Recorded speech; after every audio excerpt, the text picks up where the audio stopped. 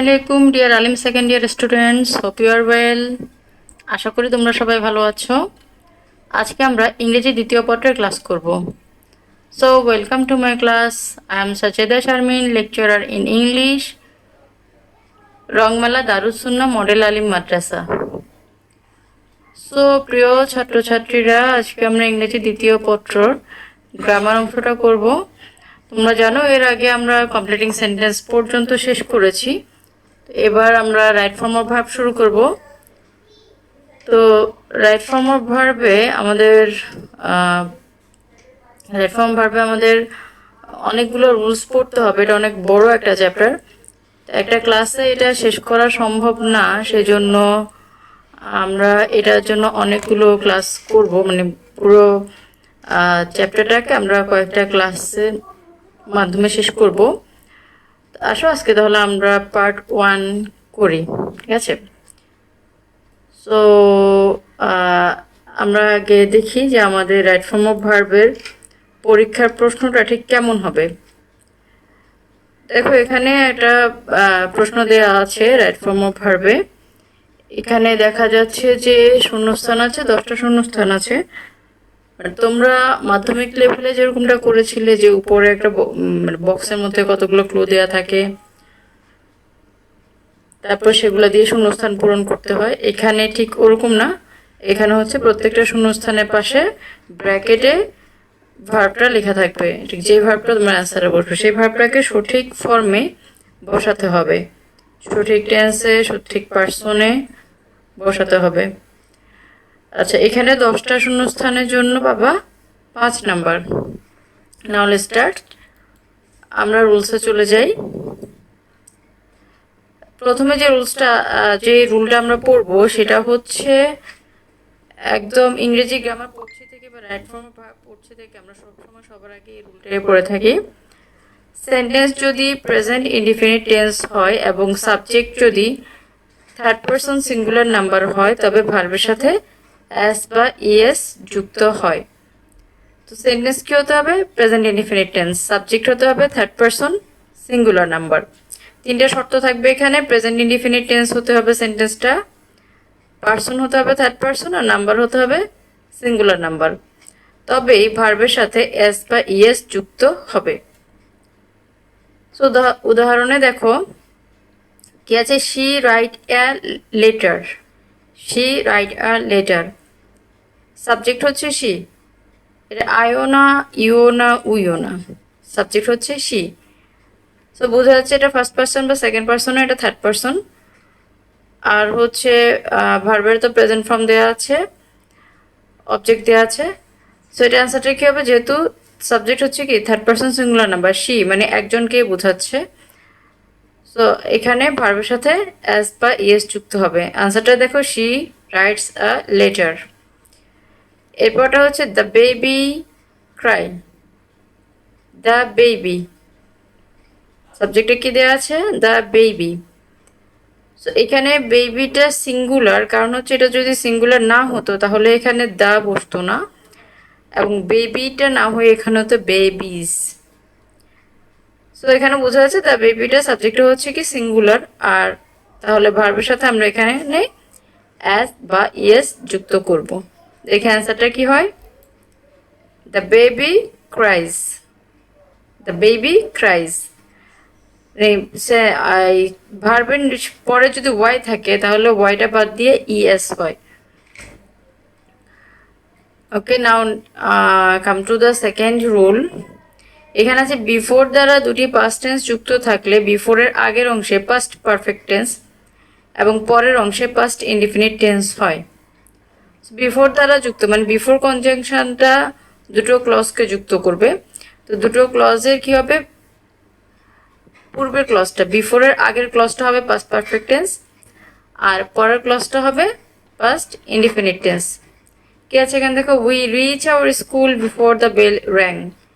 বিফোরের পূর্বে past perfect tense হবে, আর পরে কি দেওয়া আছে? পাস্ট ইনডিফিনিট টেন্সে সেন্টেন্সটা লেখা আছে দ্য বেল র্যাং, রিং এর পাস্ট ফর্ম।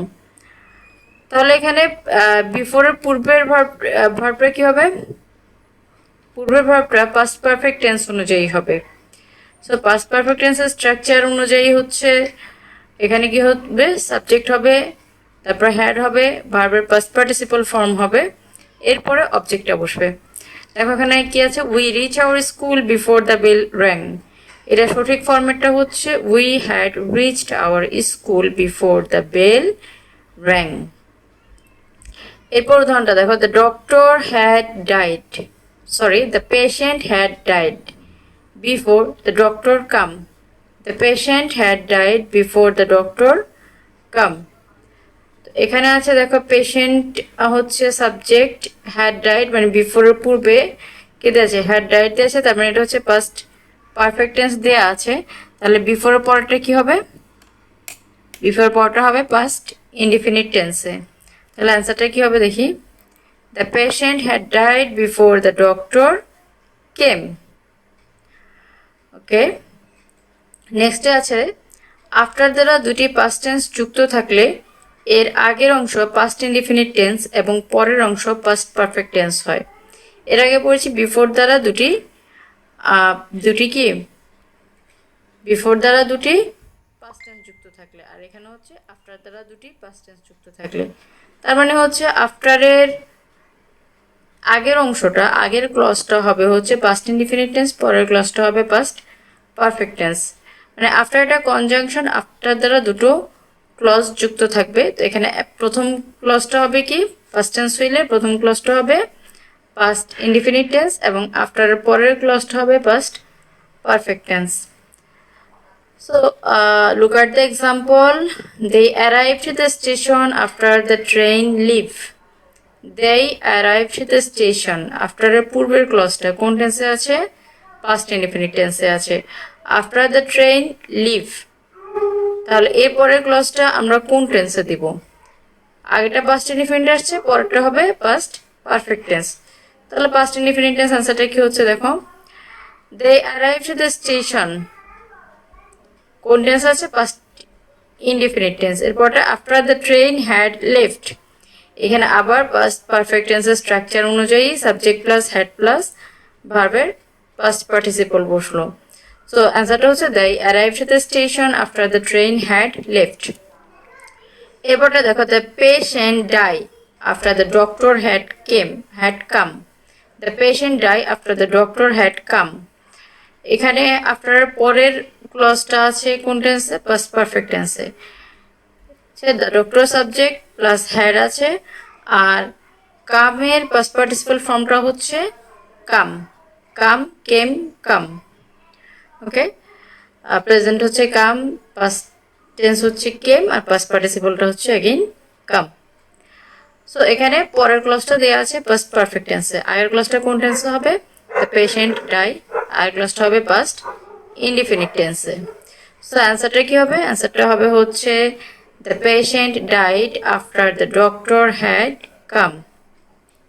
এখানে একটা জিনিস খুব সহজেই মনে রাখা যাবে, সেটা হচ্ছে এর আগে আমরা যে রুলটা পড়েছি সেটা ছিল বিফোর, আর এখন যেটা পড়ছি সেটা হচ্ছে আফটার, বিফোর এবং আফটার নিয়ে। সো দেখো বিফোর অর্থ হচ্ছে কি পূর্বে, আফটার অর্থ পরে। বিফোর অর্থ পূর্বে, আফটার অর্থ পরে।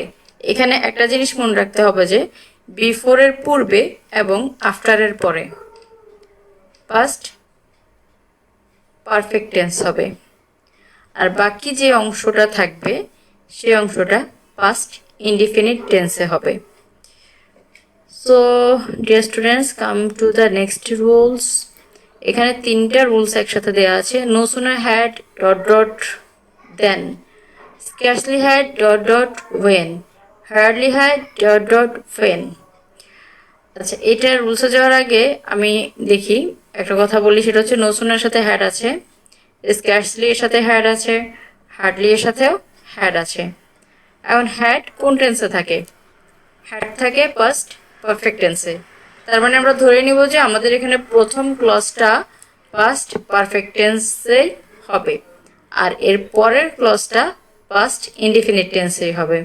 দেখো রুলে কি দেওয়া আছে, প্রথম অংশ পাস্ট পারফেক্ট টেন্স অনুযায়ী হয়, অর্থাৎ ভার্বের পাস্ট পার্টিসিপল ফর্ম হবে, এবং দ্বিতীয় অংশ পাস্ট ইনডিফিনিট টেন্স অনুযায়ী হয়, অর্থাৎ ভার্বের পাস্ট ফর্ম হবে। তাহলে দেখো এখানে হচ্ছে কি নো সুনার হ্যাড তো দেয়াই আছে, আমরা জানি পাস্ট পারফেক্ট টেন্সের স্ট্রাকচার হচ্ছে সাবজেক্ট প্লাস হ্যাড প্লাস ভার্বের পাস্ট পার্টিসিপল প্লাস অবজেক্ট। তো এখানে প্রশ্নে আমাদের হ্যাড দেয়াই আছে, এর তাহলে হ্যাড যেহেতু দেওয়া আছে আমরা পরের ভার্বটা শুধুমাত্র পাস্ট পার্টিসিপল ফর্মে দিয়ে দিলেই হবে, আর পাস্ট ইনডিফিনিট টেন্স হবে পরের ক্লজটা। ওকে, উদাহরণে দেখি আমরা। No sooner had the bell ring then the teacher enter the classroom. No sooner had অর্থ কি? বেলটা বাজতে না বাজতেই টিচার ক্লাসরুমে প্রবেশ করেছে। তাহলে এটা অ্যান্সারটা কি হচ্ছে? হ্যাড তো দেয়াই আছে, হ্যাডের পরে ভার্বটা হচ্ছে কি রিং, তাহলে রিং এর পাস্ট পার্টিসিপল হচ্ছে rang. No sooner had the bell rang then the teacher enter the classroom. দেখো এখানে প্রথমটা হচ্ছে রিংটা হচ্ছে কি পাস্ট পার্টিসিপল বলছে রাং, আর হচ্ছে এর পরটা পাস্ট ইনডিফিনিট টেন্স ফর্মে বসছে এন্টার্ড। তারপর আছে scarcely had he arrive at the bus stand when the bus leave. Scarcely had দেওয়া আছে he arrive the bus stand when the bus leave. তাহলে এখানে প্রথম ক্লজটা হচ্ছে কোন টেন্স হবে? পাস্ট পারফেক্ট টেন্স হলে অ্যারাইভের পাস্ট পার্টিসিপল ফর্মটা বসবে, আর পরেরটা পাস্ট ইনডিফিনিট টেন্স যেহেতু হবে সো লেফটে লিভের পাস্ট ফর্মটা বসবে। আনসারটা কী হবে তাহলে? আনসারটা হবে হচ্ছে scarcely had he arrived at the bus stand when the bus left. এরপরটা দেখো, hardly had the snatcher take the chain when he ran away. স্নেচারটা কী করলো? স্নেচার মানে কি, ওই যে ছিনতাইকারী টাইপের, ছিনতাইকারী এগুলো চেইনটা নেওয়ার সাথে সাথে দৌড়ে পালালো। সো এখানে হ্যাড যেহেতু দেওয়া আছে কী হবে? টেকের পাস্ট পার্টিসিপাল ফর্ম হবে, আর এর পরের ক্লাসটা পাস্ট ইনডিফিনিট টেন্স অনুযায়ী রানের পাস্ট ফর্মটা বসবে। ওকে, অ্যান্সারটা কী হবে তাহলে? আনসারটা হবে হচ্ছে hardly had the snatcher taken the chain when he ran away. So simply এখানে হ্যাড থাকার কারণে আমার ভার্বটা পাস্ট পার্টিসিপাল ফর্মে টেকেন হয়েছে, আর এর পরের ফর্মটাই হচ্ছে কি পাস্ট ইনডিফিনিট ফর্মে, এখানে পাস্ট ফর্মটা বসেছে ভার্বের। ওকে, দেন নেক্সটে আছে কি, সাধারণত সিন্স দ্বারা দুটি ক্লজ যুক্ত থাকলে সিন্সের আগের অংশে প্রেজেন্ট ইনডিফিনিট অথবা প্রেজেন্ট পারফেক্ট টেন্স হলে পরের অংশ পাস্ট ইনডিফিনিট টেন্স হয়। সিন্স অথবা অ্যাজের ক্ষেত্রে একই নিয়ম প্রযোজ্য হবে। তো সিন্স অথবা অ্যাজ দ্বারা যদি দুটো ক্লজ যুক্ত হয়, প্রথম ক্লজটা যদি প্রেজেন্ট টেন্স মানে প্রেজেন্ট ইনডিফিনিট হোক পারফেক্ট হোক, প্রেজেন্ট টেন্স হলেই পরের ক্লজটা হবে কি পাস্ট ইনডিফিনিট টেন্স। দেখো, it is many years since he give up smoking.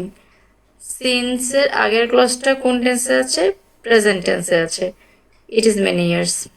তাহলে পরের ক্লজটা হবে পাস্ট ইনডিফিনিট টেন্সে। তাহলে অ্যান্সারটা কী হবে? It is many years since he gave up smoking. Just গিভের পাস্ট ফর্মটা বসেছে গেভ। আচ্ছা, এরপরে গেছে 5 years have passed since he leave the house. Have passed present perfect টেন্সে দেওয়া আছে, একই নিয়ম প্রযোজ্য হবে, যে কোনো প্রেজেন্ট টেন্স হইলে পরের ক্লজটা পাস্ট ইনডিফিনিট টেন্সে হবে। তাহলে সিন্সের আগের ক্লজটা দেওয়া আছে প্রেজেন্ট পারফেক্ট টেন্স, পরের ক্লজটা কী হবে? পাস্ট ইনডিফিনিট হবে। হি লিভের পাস্ট ফর্ম কি? 5 years have passed since he left the house. এরপরে আছে আবার সিন্স দ্বারা ক্লজ যুক্ত থাকলে সিন্সের আগে ক্লজের বা বাক্যের অংশ পাস্ট ইনডিফিনিট টেন্স হলে পরের ভার্বের পাস্ট পারফেক্ট টেন্স হয়। যেমন many years passed since I met him last.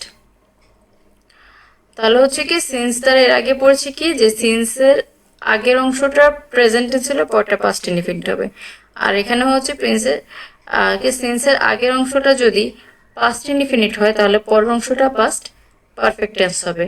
So এখানে হচ্ছে কি many years past indefinite tense, since I meet him last. তার মানে এখানে কোন টেন্স আছে? প্রথম ক্লজটা হচ্ছে পাস্ট ইনডিফিনিট টেন্স, সো পরের ক্লজটা হবে past perfect tense. Many years passed since I had met him last.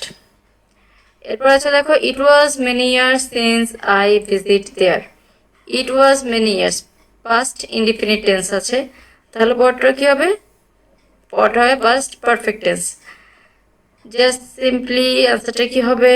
It was many years since I had visited দেয়ার।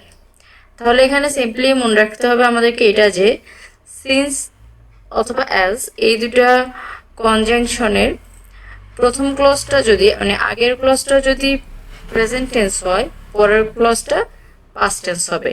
আর আগের ক্লজটা যদি পাস্ট ইনডিফিনিট টেন্স হয়, পরের ক্লজটা পাস্ট পারফেক্ট টেন্স হবে। প্রথম ক্লজটা প্রেজেন্ট টেন্স হলে পরের ক্লজটা পাস্ট ইনডিফিনিট হবে। প্রথম ক্লজটা পাস্ট ইনডিফিনিট হলে পরের ক্লজটা পাস্ট পারফেক্ট টেন্স হবে। So dear students, that's all for today. আজকের জন্য এটুকুই। পরের ক্লাসে আমরা বাকি রুলগুলো পড়ব। সে পর্যন্ত ভালো থেকো। Stay home, stay safe. Thank you very much.